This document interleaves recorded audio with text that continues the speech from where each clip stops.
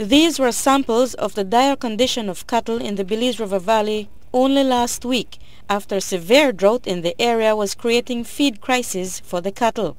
Cattle ranchers were turning to ripe mangoes and cashews and whatever alternative feed they could get their hands on to save their weak and dying farm animals. The drought, which has been affecting them since February, has seen entire pastures completely burnt out or replaced with barren, parched ground. When our story aired last Thursday, Area Representative for Belize Rural North, Edmond Castro, told us that he had been trying to get help from the Ministries of Agriculture and NEMO for the perishing cattle, but that the help was slow in coming. Since Friday, however, there has been a swift, albeit small, change from that position. Castro and personnel from the ministries were out distributing hay and water to those who had cattle. When they really see how bad it was, so everybody spring into action and help started to come for us in this area. So it wasn't a matter of you being ignored? Not really. The resources is difficult sometimes to come by. Even now we are struggling to continue to get water for our livestock producers. We're still struggling to get water for human who lives in the areas that do not have water. So it's a constant struggle. Is there anybody that's being missed or overlooked, or ever you're going along? We're going along trying to scoop up everybody and help everybody.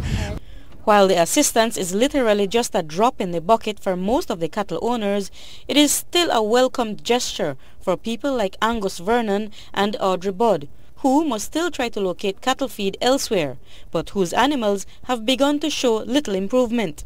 It has been very difficult, very tough, but we are getting some help. We can use more help. We try to make ourselves satisfied what we have gotten, but now we run into another problem, which is water.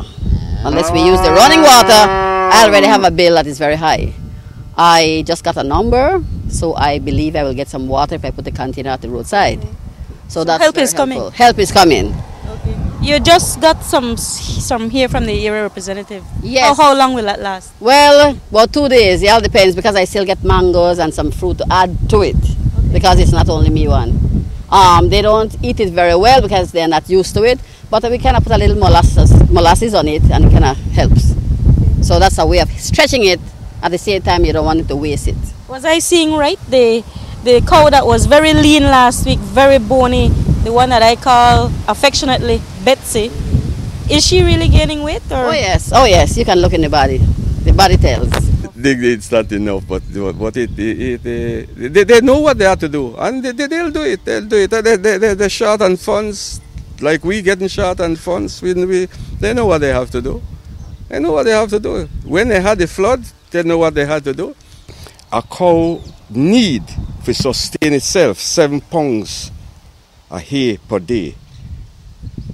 It need grain, but let's forget grain. That's when they really fattening them. Okay. So we only want the feed to sustain them for now. So if that's the hay they brought, that is the remain of 188 bales of hay that I bought since the trouble began. I personally bought those. I must say this for Mr. Bowen Kevin, is that he gave me a load of the spent grain today. If I can get a load of the spent grain every week, I have no worries absolutely for feed. I can trim the trees. We usually trim the trees, because even with the spent grain, they need something for their cud. They need something to chew on.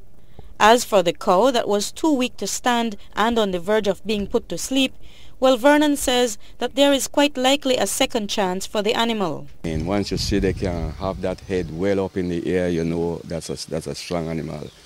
You know improving too, because you can see the amount of feed we eat. If you notice the amount of feces it passes, you can see the amount of food eating, and you can see the height of the head when you took the picture. So it's improving. What will happen to it? The fellow that works with me, he'll take it. We will take it to his place. He has a little farm too.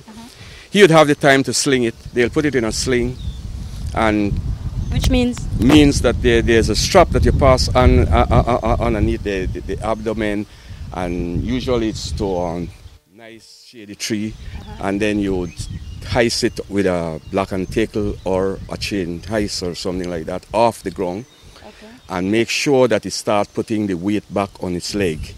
Just like an old person or a sick person getting out of bed, sick and getting out of bed, you have to support them until they start finding their feet again.